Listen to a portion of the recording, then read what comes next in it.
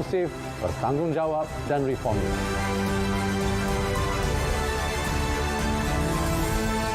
Laporan eksklusif Bajet 2023 yang sahih di Berita Perdana.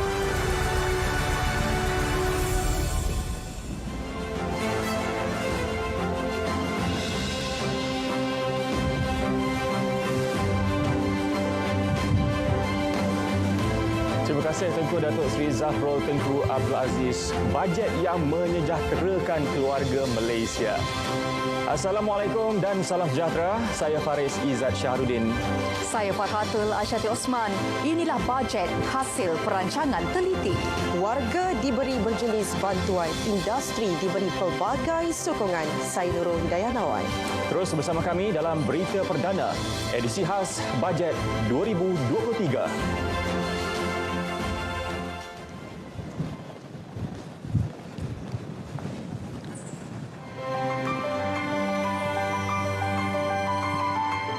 Saudara, Bajet 2023 daripada keluarga Malaysia untuk keluarga Malaysia.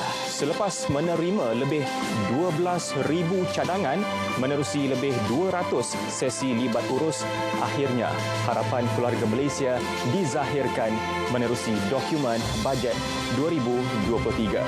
Dengan tekad keluarga Malaysia makmur bersama, bajet ini memastikan kesejahteraan rakyat, kelangsungan perniagaan, kemakmuran ekonomi dan kecekapan perkhidmatan kerajaan. Bajet 2023 memperuntukkan RM372.3 bilion meningkat berbanding bajet 2021 dan 2022. Menerusi agenda bajet responsif, RM272.3 bilion disedia untuk perbelanjaan mengurus, RM95 bilion lagi untuk pembangunan. Sementara RM5 bilion di bawah kumpulan wang COVID-19. Manakala RM2 bilion lagi bagi simpanan luar jangka. Strategi keutamaan kepada rakyat melibatkan 12 fokus. Antaranya B40, M40, kos sara hidup dan pemilikan rumah. Juga kerjaya, latihan dan kemahiran serta pesawah, nelayan dan pekebun kecil. Baik, antara pengumuman tumpuan, kadar cukai pendapatan individu per mas tautin dikurangkan 2 mata peratusan. Bagi banjaran pendapatan bercukai RM50,000 hingga RM70,000, kadar diturunkan daripada 13% kepada 11%. Manakala banjaran pendapatan bercukai RM70,000 hingga RM100,000 diturunkan daripada 21% kepada 19%. Untuk perniagaan pula, 4 fokus diberi tumpuan bagi menyokong kumpulan berkenaan, terutama sektor perusahaan mikro, kecil dan sederhana. Seterusnya, agenda bajet bertanggungjawab. Bagi strategi tanggungjawab fiskal, fokus terserah kepada konsolidasi fiskal, kemapanan hasil dan menangani ketirisan hasil. Sementara pembinaan daya tahan negara pula membabitkan aspek kesihatan, keselamatan dan pertahanan, sekuriti makanan serta penipuan keuangan. Bagi persediaan bencana, beberapa projek tempatan banjir akan dilaksana meliputi projek empangan sabur, kolam takungan dui fungsi, lembangan sungai bersepadu dan naik taraf sistem ramalan cuaca. Sementara NADMA terima peruntukan tambahan RM400 juta jika banjir berlaku hujung tahun ini. Turut disedia RM100 juta di bawah tabung bantuan bencana negara. Kecekapan penyampaian perkhidmatan juga akan terus ditambah baik. 4 fokus digariskan iaitu kerjasama awam, swasta, GLC, tadbir urus dan kebajikan penjawat awam. Lagi intipati bajet 2023, kita bersama dengan Diana Wan.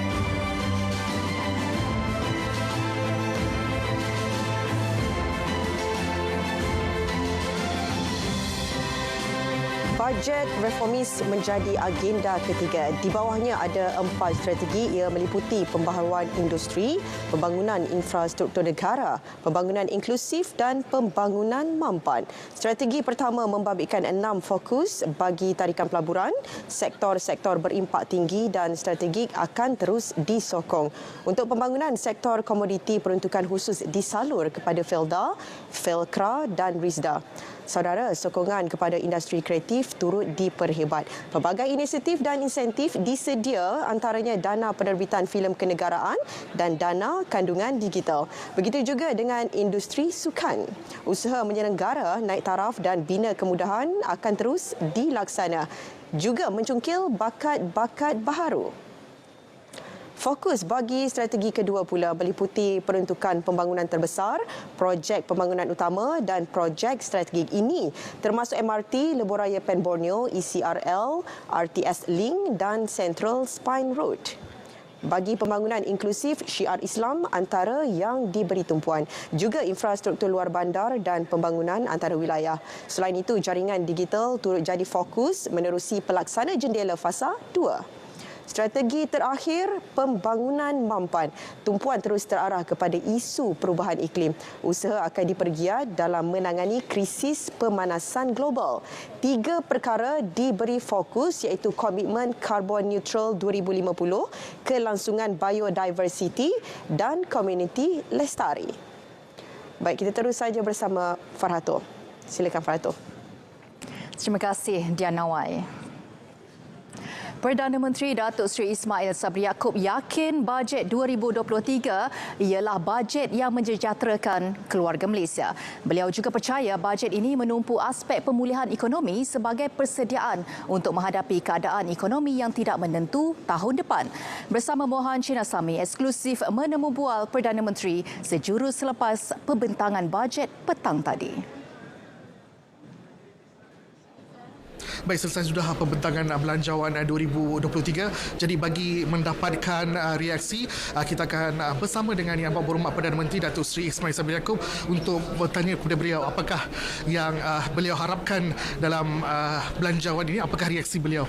Datuk Seri, sikit Datuk Seri. Datuk Seri, reaksi Datuk Seri. Reaksi Datuk Seri dengan pembentangan sebentar tadi. Saya gembira dengan bajet yang dibentangkan kerana bersesuaian dengan tema keluarga bajet ini, iaitu keluarga Malaysia makmur bersama. Jadi bajet ini mencakupi semua, bukan saja dari segi kumpulan-kumpulan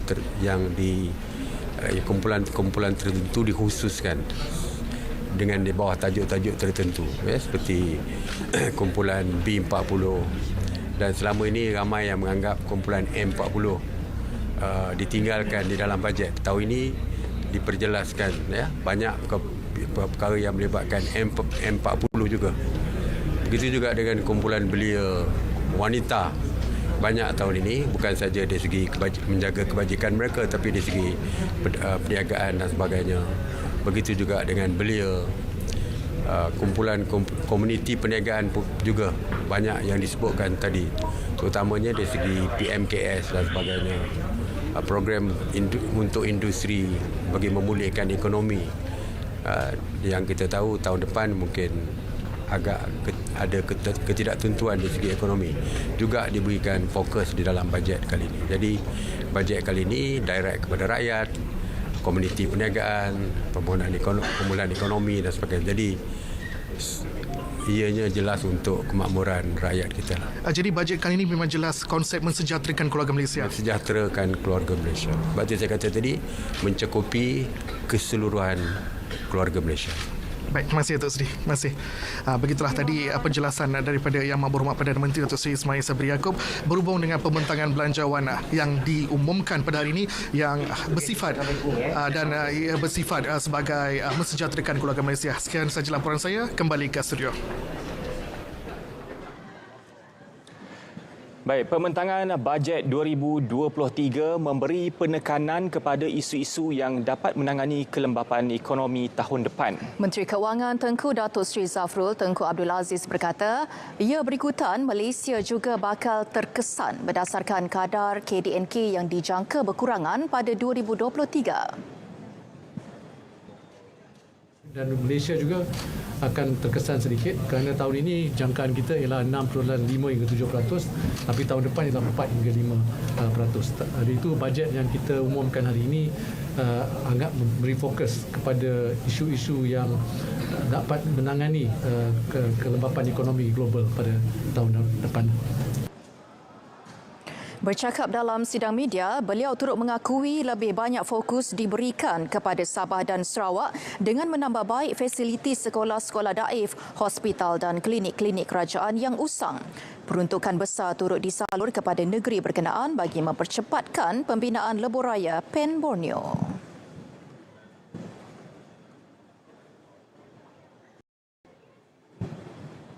Tapi amount yang besar juga adalah oleh kerana Pen Borneo, Sabah dan Sarawak yang kita sambung, yang kita nak cepatkan. Ya. Tahun ini insyaAllah habis Sarawak dan Sabah pada tahun 2024. Dan begitu juga banyak pembangunan infrastruktur yang lain yang kita beri fokus juga kepada Sabah dan Sarawak di dalam bajet ini.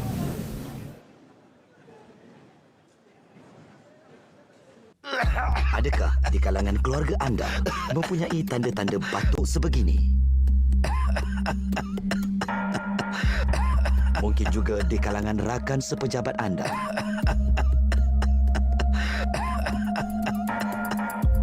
Mungkin juga sahabat anda. Sahabat anda ini disahkan dijangkiti TB. Anda merupakan kontak pesakit TB. TB merupakan penyakit yang berjangkit. Kuman TB boleh merebak melalui udara semasa pesakit batuk atau bersin. Jalani ujian saringan.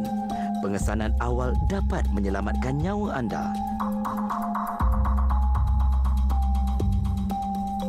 TB boleh menyebabkan kematian jika tidak dirawat.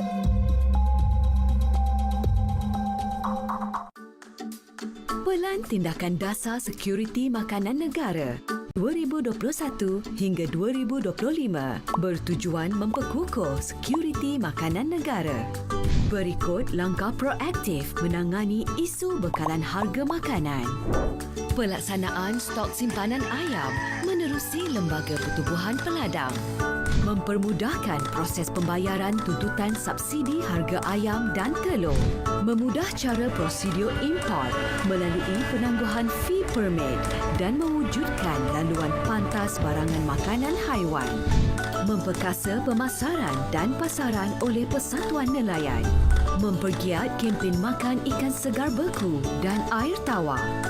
Memperkukuh rantaian pengeluaran hasil pertanian komuniti. Menjadikan aktiviti pertanian komuniti sebagai usaha ke arah sekuriti makanan negara.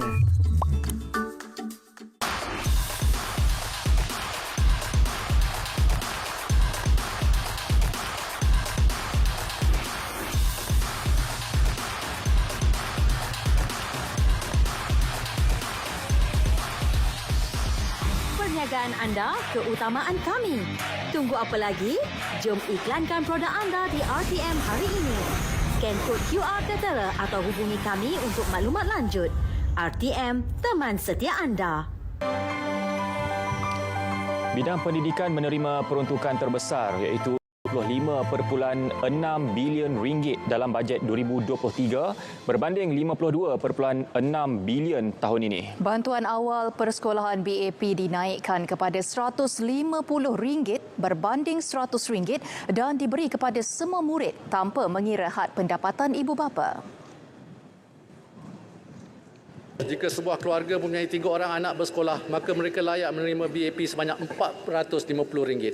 InsyaAllah, bantuan ini akan disalurkan pada Januari 2023 dan diharap dapat meringankan beban ibu bapa yang menyara anak-anak bersekolah.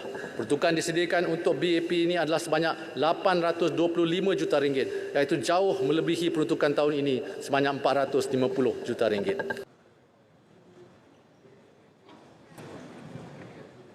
Kadar rancangan makanan tambahan RMT dinaikkan daripada RM2.50 kepada RM3.50 di Semenanjung dan RM3 kepada RM4 di Sabah, Sarawak dan Labuan. Peruntukan RM777 juta bakal memberi manfaat kepada lebih 800,000 murid dan 7,300 pengusaha makanan dan pembekal susu tempatan. Ruang pembelajaran yang kondusif turut menerima peningkatan peruntukan ketara. Sejumlah RM2.3 bilion diperuntukkan untuk menyediakan ruang pembelajaran yang kondusif dan selamat buat murid-murid sekolah. Ini merupakan peningkatan ketara berbanding peruntukan RM1.7 bilion bagi tahun ini. Dari jumlah tersebut, RM1.1 bilion disediakan untuk kerja-kerja penyelenggaraan dan pembaikan sekolah, merangkumi sekolah kebangsaan, sekolah jenis kebangsaan Cina dan Tamil serta sekolah agama. RM1.2 bilion pula untuk menaik taraf infrastruktur sekolah daif melibatkan 123 projek di Sabah dan 182 projek di Sarawak. 5 sekolah baharu juga akan dibina dengan kos RM430 juta pada tahun depan di Sabah, Sarawak, Terengganu dan Selangor. Mahasiswa bakal mendapat manfaat melalui peruntukan RM15.1 bilion kepada Kementerian Pengajian Tinggi. RM3.8 bilion daripadanya khusus untuk biasiswa dan pinjaman pendidikan. Kadar elawan sara hidup tajaan JPA bagi pelajar dan pegawai dalam negara akan diseragamkan dan dinaikkan sebanyak RM100 sebulan bagi semua peringkat pengajian, menjadikan elawan sara hidup tajaan JPA antara RM730 hingga RM980 sebulan. Kemudahan pendidikan buat anak-anak Bumiputera, khususnya dari keluarga susah, akan terus diberi perhatian. Tahun hadapan, sebahagian besar daripada peruntukan RM6.6 bilion kepada MARA, Yayasan Penderaju dan UiTM adalah untuk menyediakan Bumiputera dengan akses pinjaman pendidikan. RM10 juta bagi menggalakkan Universiti Awam membudayakan inisiatif Kampus Hijau, manakala RM300 juta untuk kerja-kerja menaik taraf dan menyelenggara kemudahan Universiti Awam. Kerajaan memperuntukkan RM36.1 bilion kepada Kementerian Kesihatan KKM untuk perbelanjaan mengurus dan pembangunan dalam bajet 2023-2022. Kerajaan akan terus memantapkan kapasiti perkhidmatan kesihatan awam. Sejumlah RM4.9 bilion disediakan bagi menampung perolehan seperti ubat, reagen, vaksin dan bahan guna habis, iaitu meningkat 12% berbanding 2022. Daya tahan negara sebanyak RM1.8 bilion diperuntuk bagi membina hospital, klinik dan fasiliti baharu serta untuk perolehan peralatan perubatan. RM420 juta pula diperuntuk bagi membaiki hospital dan klinik daif serta penggantian peralatan usang.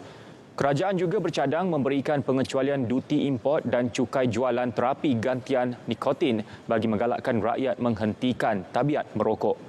Sebanyak RM80 juta disediakan bagi skim peduli kesihatan untuk kumpulan B40 peka B40 termasuk saringan penyakit kencing manis untuk mempergiat agenda saringan rakyat. Selain itu, RM734 juta bagi program MySalam akan memanfaatkan 1.5 juta individu B40 termasuk 500,000 individu yang menerima pampasan disebabkan COVID-19. Sejumlah peruntukan yang besar lebih RM55 bilion disediakan dalam belanjawan 2023 bagi meminimumkan kos sara hidup. Sebanyak RM200 juta akan dibelanjakan bagi menampung kos pengangkutan dan pengedaran bagi memastikan barangan keperluan sampai ke tangan pengguna di luar bandar. Program itu akan diperluas ke 23 kawasan baharu di luar bandar Sabah dan Sarawak. Berikutan impak positif yang diterima, program jualan murah keluarga Malaysia akan diperluas ke seluruh negara meliputi 600 DUN dan Universiti Awam dengan peruntukan RM100 juta. Bantuan Keluarga Malaysia BKM sehingga RM2,500 disediakan kali ini. Ia merupakan jumlah bantuan tunai terus tertinggi pernah diberi kerajaan. Jumlah bantuan adalah berasaskan pendapatan dan ahli keluarga. Bagi isi rumah berpendapatan RM2,500 sebulan dan menanggung 5 anak atau lebih, bantuan maksimum diberikan.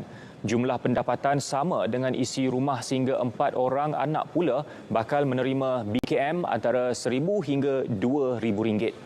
Isi rumah berpendapatan RM2,500 hingga RM5,000 akan menerima BKM sebanyak RM500 hingga RM1,250.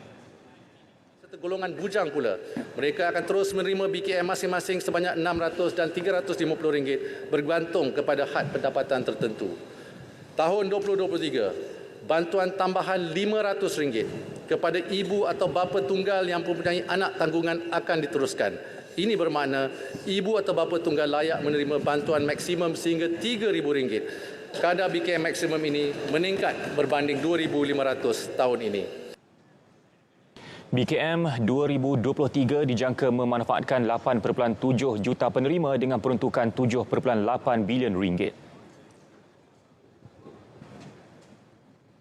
Sejumlah RM235 juta dana pembiayaan khas untuk wanita disediakan. Keperluan mendorong lebih ramai wanita meningkatkan kapasiti perniagaan serta menambah baik strategi pemasaran golongan sasar. Manakala bagi menggalakkan lebih ramai wanita kembali bekerja, kerajaan bercadang mengecualikan cukai pendapatan ke atas pendapatan yang diterima mulai cukai taksiran 2023 hingga tahun taksiran 2028.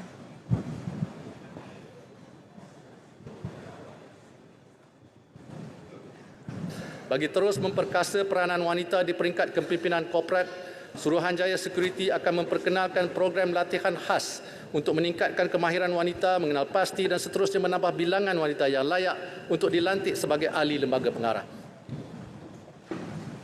Selain itu, Gender Focal Team bakal diwujudkan di setiap kementerian dan agensi bagi memastikan dasar yang direncana mengambil kira kepentingan gender. Tribunal Anti Gangguan Seksual juga akan ditubuhkan agar segala bentuk gangguan seksual tidak lagi berlaku. Dan untuk menangani isu kesihatan mental serta keganasan rumah tangga, sejumlah RM8 juta akan disedia untuk perkukuh pusat sokongan sosial setempat. Bagi aspek kebajikan kanak-kanak, RM188 juta disediakan untuk program pendidikan awal kanak-kanak di bawah Jabatan Kemajuan Masyarakat atau KEMAS. Kerajaan juga bersetuju melanjutkan pelepasan cukai sehingga 2024 untuk meringankan beban keuangan ibu bapa.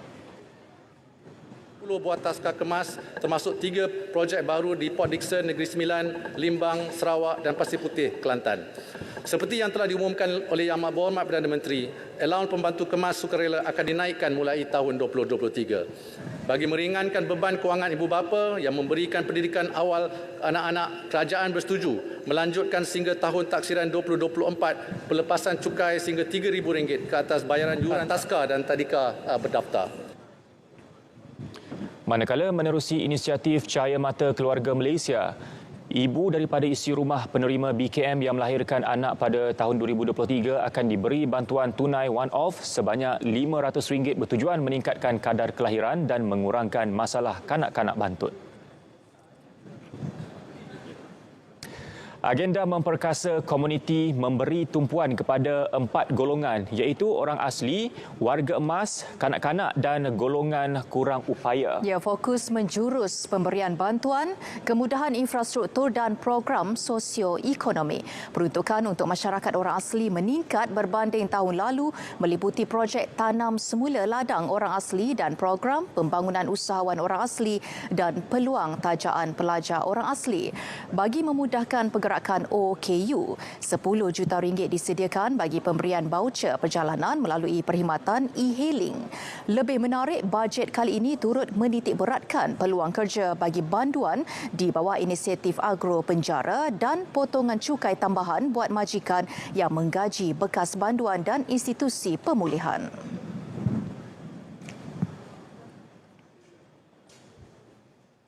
2 juta belia berusia 18 hingga 20 tahun dan pelajar sepenuh masa berusia 21 tahun ke atas bakal menerima manfaat program kredit e-Dompet e-Pemula yang akan dinaikkan jumlah kredit kepada RM200 tahun depan. Inisiatif e-Pemula pada tahun ini telah menawarkan kredit e-dompet berjumlah RM150 kepada belia. Atas komitmen Yang Berhormat Perdana Menteri untuk menambah baik program ini, e-Pemula akan diteruskan dengan menaikkan jumlah kredit kepada RM200 untuk manfaat 2 juta belia daripada 18 hingga 20 tahun dan pelajar sepenuh masa 21 tahun ke atas dengan peruntukan RM400 juta. Selain itu, inisiatif penggajian di bawah Pertubuhan Keselamatan Sosial Perkeso turut disediakan kepada majikan yang menggaji belia berumur 18 hingga 30 tahun yang menganggur lebih 3 bulan. Inisiatif turut dipanjangkan kepada majikan yang mengambil graduan pendidikan dan latihan teknikal dan vokasional TVET.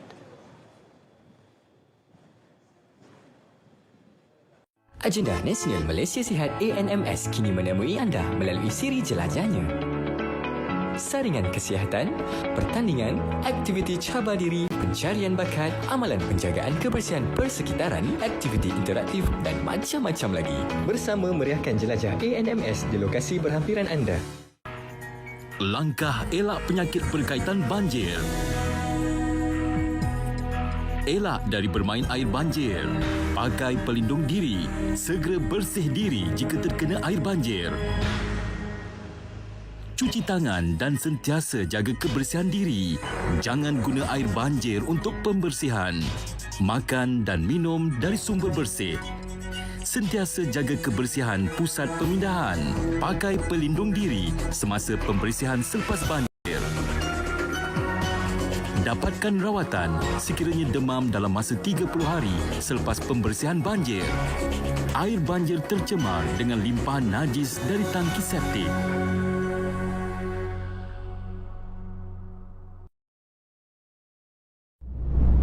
Gajah aspirasi keluarga Malaysia, pameran kementerian di Sukanado, sukan raya jualan IKS Duo, di Karnival Kerjaya kita berjumpa. Mau kita pun ikut jelajah aspirasi keluarga Malaysia di 9 pada 7 hingga 9 Oktober 9 pagi hingga 9 malam di Dataran Seri Jompo, Batas Seri Jompo di 9. Mau terojah? Lidah ni memang tak bertulang, tapi mampu menjatuhkan negara. Mogi suayan seri tadi keseliwannya, pemutih saya tetap petih. Lagi-lagi kalau di media sosial, satu dunia boleh tengok. Tak masuk syurga orang yang sebar fitnah. Rugi, di sini mengata. Sana bergaduh, sudahnya memecah belah. Jika datang kepada kamu seorang fasik membawakan satu berita, selidikilah kebenarannya terlebih dahulu. Supaya kamu tidak menimpakan satu kaum disebabkan kejahilan kamu. Inikah yang kita nak wariskan kepada generasi kita? Di dalam betul tak? Cukup-cukuplah tu. Demi anak-anak. Demi keluarga. Demi agama. Demi bangsa. Demi masa depan kita. Hentikan fitnah di media sosial.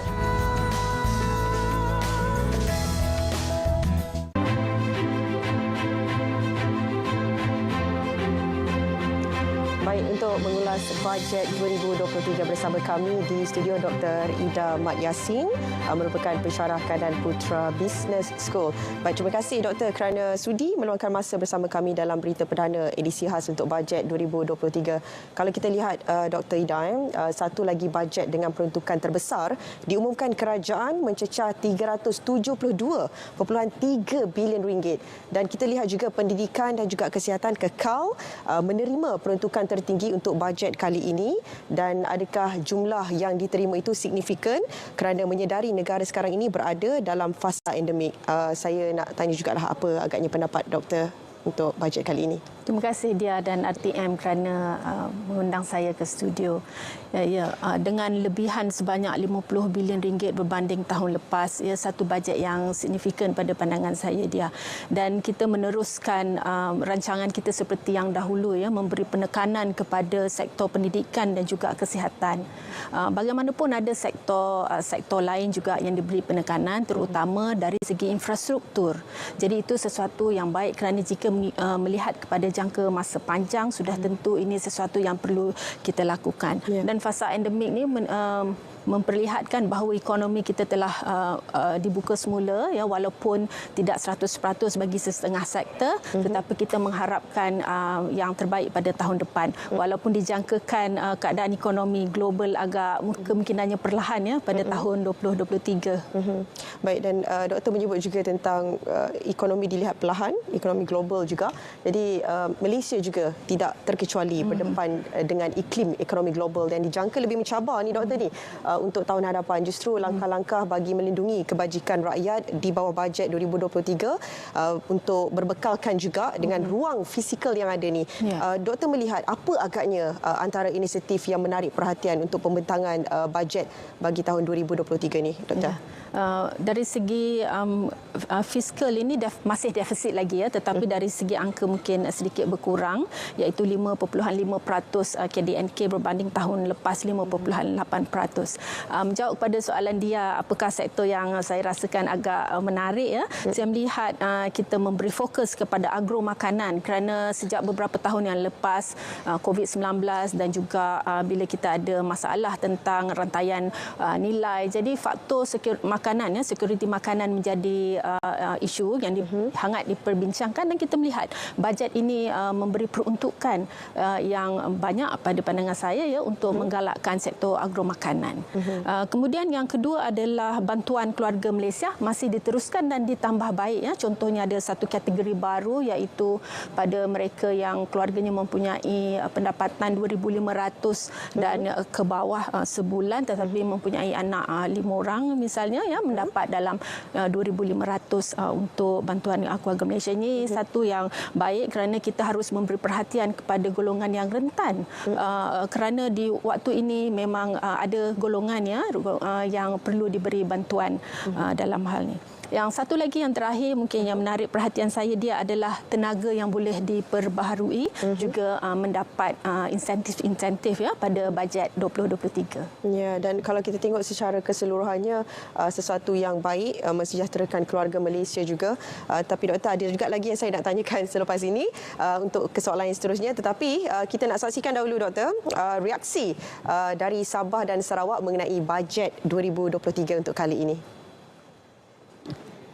Baik, ini dia, rakyat Sabah dan Sarawak turut menyambut baik peruntukan yang disediakan. Kedua-duanya terus menerima manfaat besar daripada peruntukan pembangunan. Sabah bakal menerima 6.3 bilion ringgit, manakala Sarawak 5.4 bilion ringgit. Ia bagi melaksana projek infrastruktur air, elektrik, jalan raya, kesihatan dan kemudahan pendidikan.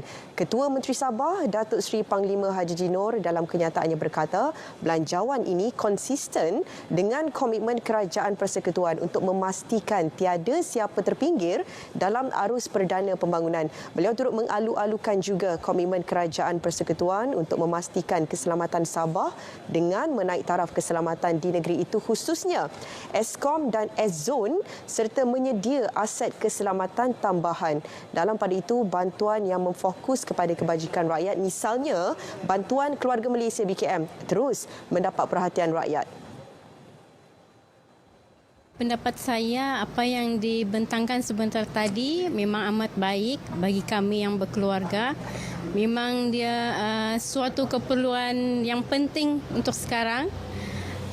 Alhamdulillah lah, ditingkatkan, dinaikkan. Pandangan saya mengenai bajet yang baru saja dikatakan tadi itu adalah bagi bantuan itu adalah sangat baiklah, sebab ianya dapat membantu khususnya keluarga-keluarga yang ada pendapatan yang rendah. Saya berharap agar penerima memanfaatkan dengan sebaik mungkinlah. Baik, doktor, itu antara reaksi yang diterima untuk mereka berada di Sabah dan juga Sarawak, dan kedua-dua negeri itu juga turut meraih manfaat besar untuk peruntukan bajet bagi tahun ini, tahun depan 2023. Dan doktor, bagaimana peruntukan yang dilihat juga yang diterima mampu memperkukuh kelangsungan untuk pembangunan di wilayah Borneo, terutamanya apabila melibatkan projek-projek infrastruktur. Bagaimana, apa pendapat doktor? berkenaan dengan ini? Terima kasih dia. Di wilayah Sabah dan Sarawak memang projek infrastruktur adalah yang mereka sangat perlukan ya. Dalam bajet yang disebut tadi adalah melibatkan infrastruktur kesihatan, kemudahan pendidikan ya, dan juga jalan raya, elektrik dan sebagainya. Ada satu projek yang mungkin menarik perhatian saya adalah pembangunan bandar-bandar bersempadan dengan Indonesia.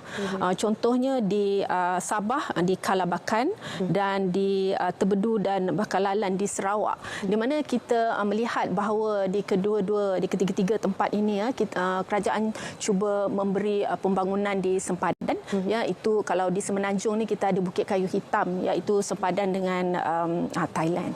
Jadi ini adalah sesuatu yang baik, kerana jika kita ingin membangunkan sesuatu kawasan tu memang kita harus mulakan dengan pembangunan, dan infrastruktur memang harus diberi perhatian terlebih dahulu ya. Dan pada asalnya tempat-tempat ini juga adalah di mana mereka ada peluang perniagaan dan pekerjaan juga boleh diwujudkan.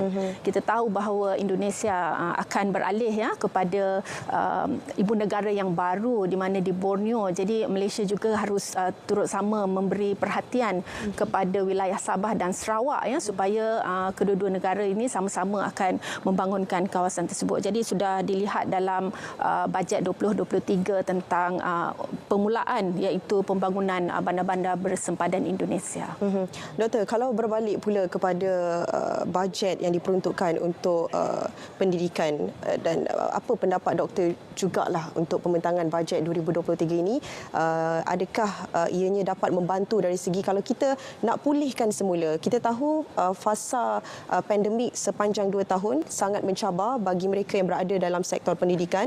Adakah ia mampu untuk membaik pulih bagi tenaga pengajar khususnya ataupun mereka yang berada di sektor pendidikan ini untuk mengembalikan semula dari segi kemajuan pendidikan bagi terutamanya pelajar yang mula ketinggalan apabila contohnya lah doktor, belajar dalam talian sangat mencabar. Adakah doktor melihat ini mampu untuk membetulkan semula, memperbaiki semula apa yang telah berlaku kelompongan dalam sektor pendidikan ni doktor? Ya, setelah bukanlah berakhir ya, kita di fasa endemik COVID-19 ni, sekolah-sekolah telah kembali seperti biasa. Jadi kita mengharapkan momentum itu kembali, cuma dia tidaklah sangat cepat. Kita juga mengambil masa, dan kita melihat bahawa infrastruktur perlu diberi perhatian dalam hal ini. Dan juga kita harus menerima bahawa sejak COVID-19 ini pandangan kita terhadap pembelajaran atas talian ini mula berubah, di mana sebelum ini kita tidak boleh terima mungkin ya, tetapi setelah COVID-19 kita boleh menerima sedikit sebanyak. Cuma berbalik kepada isu tadi itu bergantung kepada adakah mereka di sekolah rendah ya, menengah ataupun di universiti. Kalau di sekolah rendah itu memang sebaiknya ya mereka ke sekolah dan sebagainya. Tetapi kita tidak boleh menidakkan bahawa kita ada satu saluran yang baru untuk belajar sebenarnya dalam hal pembelajaran ini. Dari sudut itu sektor pendidikan yang pastinya setiap peruntukan yang diberikan oleh kerajaan, apatah lagi apabila diumumkan peruntukan semakin bertambah dan sebagainya, dan apatah lagi pendidikan ini juga satu sektor yang mendapat antara peruntukan yang tertinggi juga. Jadi kita nak beralih juga antara peruntukan yang tertinggi juga diberikan kepada sudut kesihatan, sektor kesihatan, juga antara yang mengalami satu cabaran yang cukup besar sepanjang pandemik COVID-19. 2 tahun bukan cukup tempoh yang cukup pendek, jadi ianya memberi satu cabaran. Bagaimana doktor melihat peruntukan tertinggi ini akan membantu sektor kesihatan ini bangkit semula dan memberikan kebaikan kepada rakyat khususnya? Ya, sudah tentu. Akhirnya jika kita mempunyai sektor kesihatan yang kukuh ya, dengan bajet yang banyak, dia akan memberi manfaat kepada semua rakyat, tidak kira umur ya, dari bayi sehingga ke dewasa dan juga ke golongan yang tua. Jadi kita memberi perhatian kepada semua golongan dari segi sektor kesihatan ini.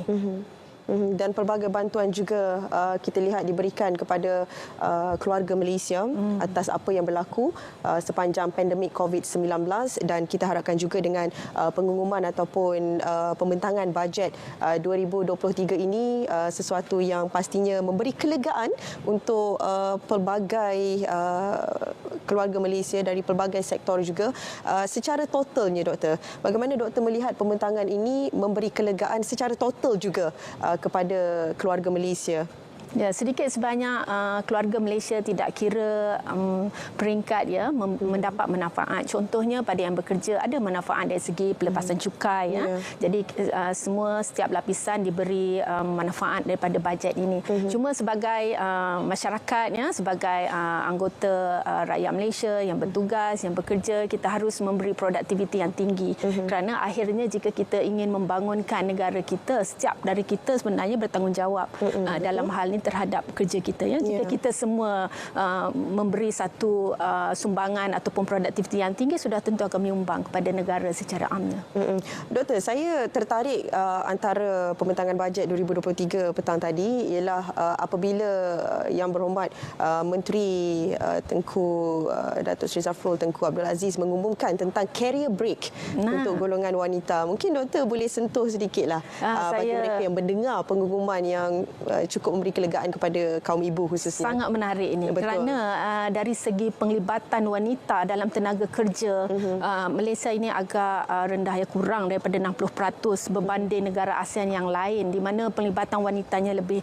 Jadi sudah tentu yang menjadi cabaran besar adalah kerana untuk menguruskan keluarga sekiranya anak-anak masih kecil. Jadi sudah tentu career break ini menjadi satu kelegaan ya kepada wanita-wanita di luar sana. Kerana kita harus mengambil peluang. Ya, mereka masih produktif, cuma mereka memerlukan satu tempoh mungkin setahun dua ya untuk membesarkan anak dan sebagainya. Ataupun saya ingin mencadangkan juga ya adanya tempat-tempat penjagaan kanak-kanak kemungkinannya di tempat-tempat kerja. Kerana kita lihat jika sektor kerajaan ini rata-rata memang ada, cuma di sektor swasta agak kurang. Jadi jika kita mahu bahawa wanita akan turut serta dalam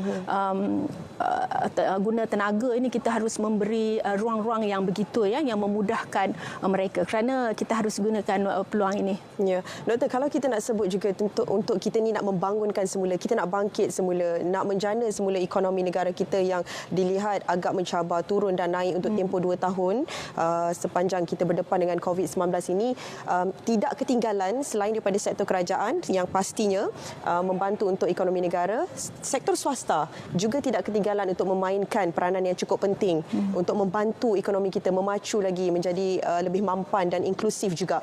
Doktor melihat adakah pembentangan ini memberi kelegaan yang banyak ataupun bertambah kepada mereka yang berada di sektor swasta, Doktor? Untuk menjawab itu dia bergantung kepada sektor, saya ingat ya.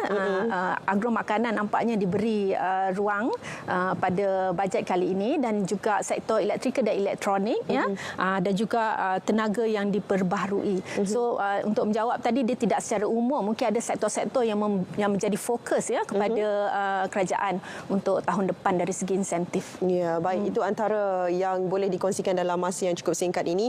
Jadi terima kasih kepada tetamu kami untuk berita perdana edisi khas bajet 2023 ini, Dr. Ida Bad Yassin, Pensyarah Kanan Putra Business School. Jadi untuk segmen analisis, Doktor, berakhir di sini. Kita terus bersama dengan rakan penyampai Faris dan juga Faratul. Silakan Faris.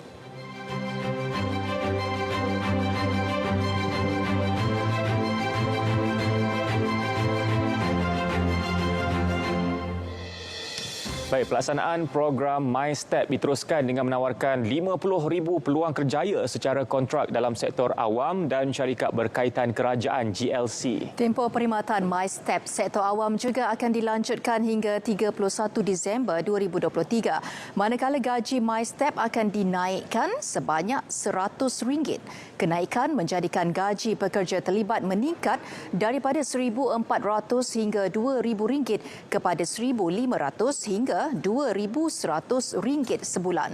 Bagi meningkatkan produktiviti dan peluang pendapatan pekerja pula, RM750 juta diperuntuk untuk latihan kepada lebih 800,000 pekerja. Dana inovasi digital bakal ditubuhkan bagi meningkatkan kebolehpasaran 9,000 graduan dalam pasaran modal. Turut disediakan dana RM20 juta bagi pelaksanaan program usahawan Siswasa.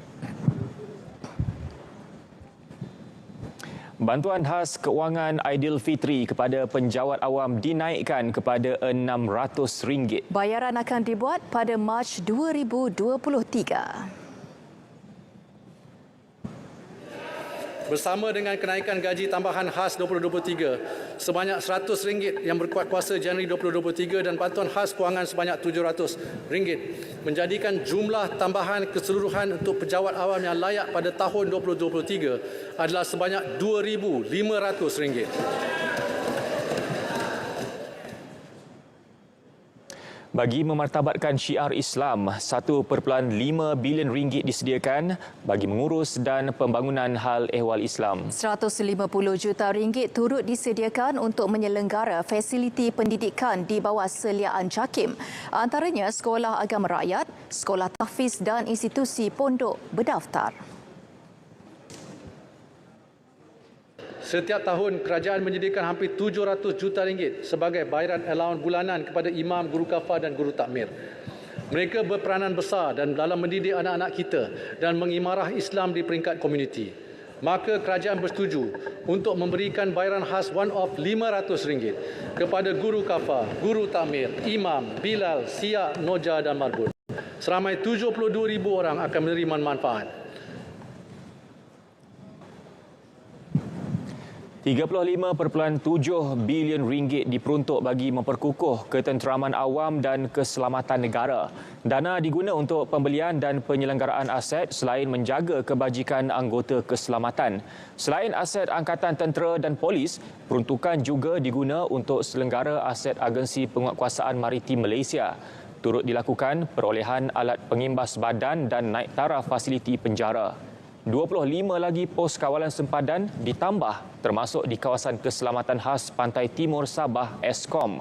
Bagi menjaga kebajikan anggota dan keluarga pihak keselamatan, rumah keluarga Angkatan Tentera serta kuartus polis bakal ditambah dan perumahan sedia ada dibaik pulih. Projek pembinaan kuartus Jabatan Penjara turut diteruskan. Selain itu, 21,000 pemegang kad veteran ATM dan pesara polis di Kuala Lumpur, Selangor, Pahang serta Pulau Pinang bakal menerima diskaun separuh harga bagi tambang pengangkutan awam. Bagi menggalakkan penggunaan pengangkutan awam ke tempat kerja, inisiatif PAS bulanan Mai 50 diteruskan. Hampir 180,000 pengguna bakal menerima manfaatnya. Ini bermakna Mai 50 sebenarnya mensubsidi pengguna sehingga RM150 sebulan atau RM1,800 setahun. Sementara itu, capaian bas awam di Melaka, Kota Kinabalu dan Kuching bakal ditambah baik dengan kos RM180 juta. 18 bas henti-henti kendalian MARA juga akan digantikan untuk manfaat pengguna di Kedah. Manakala subsidi pengangkutan udara akan diteruskan dengan peruntukan RM209 juta untuk kemudahan penduduk di pedalaman Sabah dan Sarawak. RM367 juta diperuntukkan bagi projek baharu Program Perumahan Rakyat PPR di Marang, Terengganu dan Arau Perlis. Penerimanya melibatkan lebih 12,000 penghuni baharu. 4,250 unit rumah mesra rakyat juga akan dibina melibatkan peruntukan RM358 juta.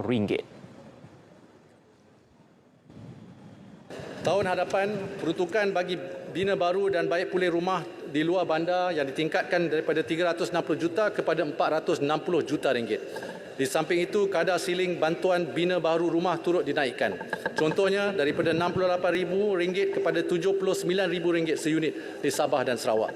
Sehubungan itu, 3,000 rumah baru akan dibina dengan lebih separuhnya daripadanya di Sabah dan Sarawak. Kerajaan juga bercadang menaikkan pengecualian bayaran duty stamp kepada 75% bagi kediaman bernilai RM500,000 hingga RM1 juta sehingga penghujung tahun depan. Pindah milik harta tanah antara keluarga juga dikenakan duty stamp hanya RM10.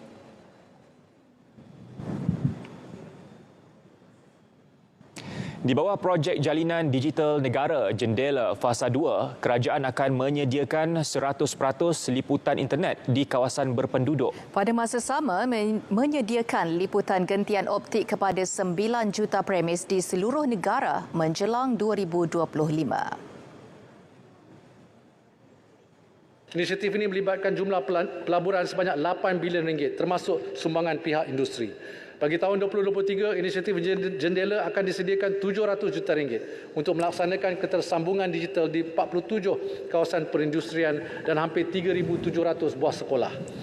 Tenaga Nasional Berhad juga akan merintis pelaksanaan projek internet luar bandar dengan mengoptimumkan jaringan kabel elektrik untuk menyediakan kemudahan jalur lebar berkelajuan tinggi.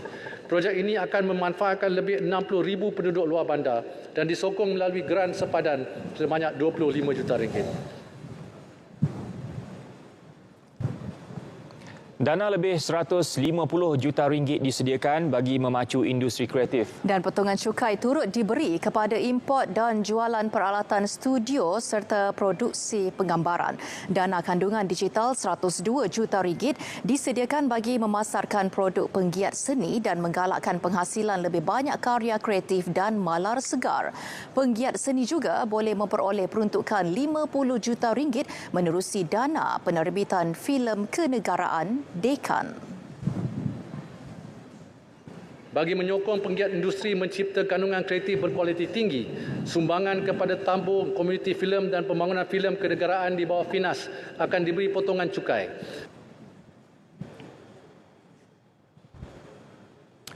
Perolehan kerajaan memainkan peranan penting sebagai pengganda tinggi kepada ekonomi. Bagi tahun 2023, 3.7 bilion ringgit disediakan untuk melaksanakan projek-projek kecil dan sederhana di seluruh Malaysia. Ini termasuklah 500 juta ringgit yang dikhususkan kepada kontraktor kelas G1 hingga G4. Antaranya bagi melaksanakan penyelenggaraan bagi jalan persekutuan, TT dan jabatan kecil, rumah ibadat serta infrastruktur yang rosak akibat banjir. Bagi menyokong kontraktor Bumi Putra, pembiayaan jangka pendek disediakan kepada mereka yang terlibat dalam bidang elektrikal dan pembinaan melalui skim pembiayaan kontrak Express Spike dengan dana 20 juta ringgit. Selain itu, inisiatif kontraktor Nita dilaksana bagi menyokong penyertaan lebih ramai kontraktor wanita Bumi Putra dalam perolehan kerajaan. Bagi menyokong usaha pertanian lestari, 56 juta ringgit diperuntukkan kepada Kementerian Pertanian dan Industri Makanan. Manakala tempoh galakkan cukai projek pengeluaran bahan makanan pula dilanjutkan sehingga akhir tahun 2025. Bioteknologi mampu meningkatkan produktiviti pertanian serta membangunkan pendekatan pertanian yang lebih mesra alam. Dengan itu, kerajaan bercadang melanjutkan insentif cukai bagi syarikat berstatus BioNexus untuk permohonannya terima sehingga hujung 2024. Di samping itu, insentif ini akan ditambah baik dengan pengecualian cukai pendapatan ke atas pendapatan berkanun dinaikkan daripada 70% kepada 100%. Insentif ini terpakai bagi sektor kilangan, pertanian dan perkhidmatan.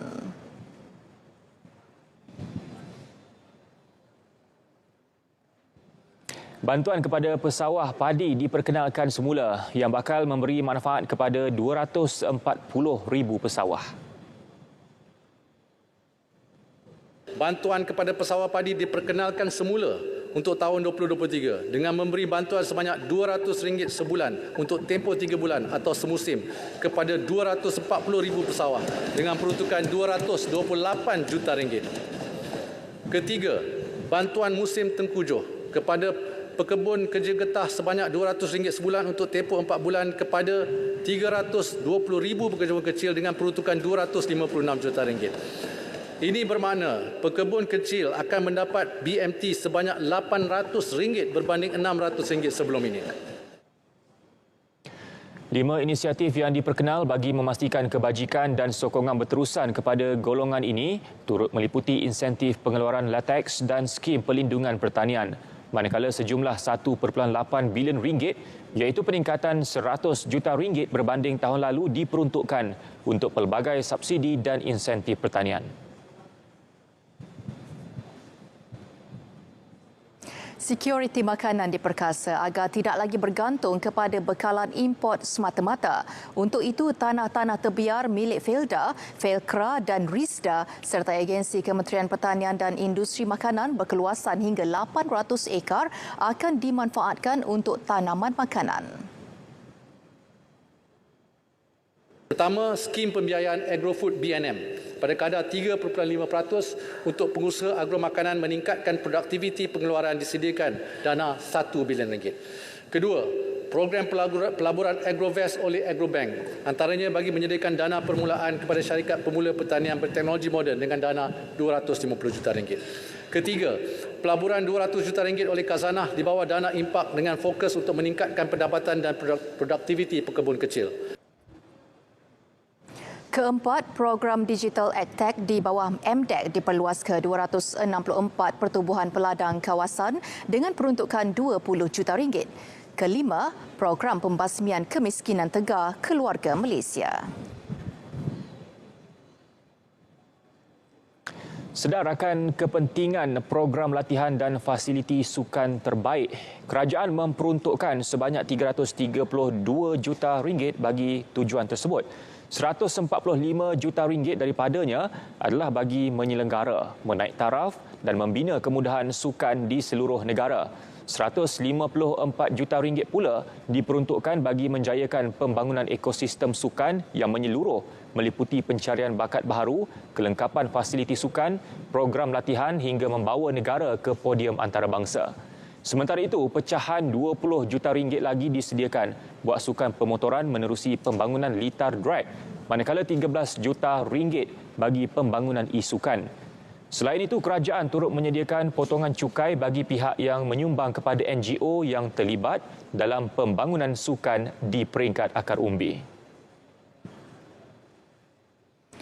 Dalam pada itu, kejayaan merangkul 36 pingat emas di Sukan Para ASEAN Ogos lalu membuktikan atlet para negara memiliki potensi besar untuk menyerlah di peringkat antarabangsa demi melahirkan lebih ramai bakat-bakat baharu. RM12 juta diperuntuk khusus untuk pembangunan sukan OKU. Juga tidak dilupakan, kebajikan atlet menerusi peruntukan RM5 juta kepada Yayasan Kebajikan Atlet Kebangsaan Yakib untuk tahun 2023 dan seterusnya.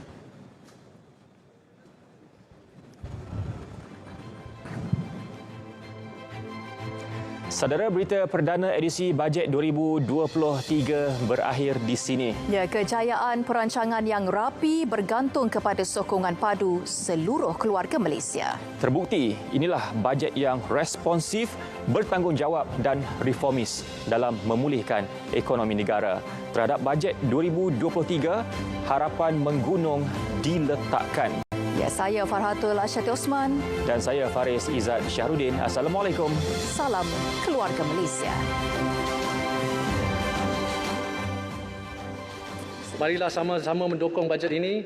Di bawahnya berteduk impian, terpancar harapan lebih 32 juta rakyat Malaysia. Itulah natijahnya, itulah momennya, inilah bajet 2023. Kepadamu, Ya Allah, kami tawakal dan berdoa. Semoga keluarga Malaysia makmur bersama.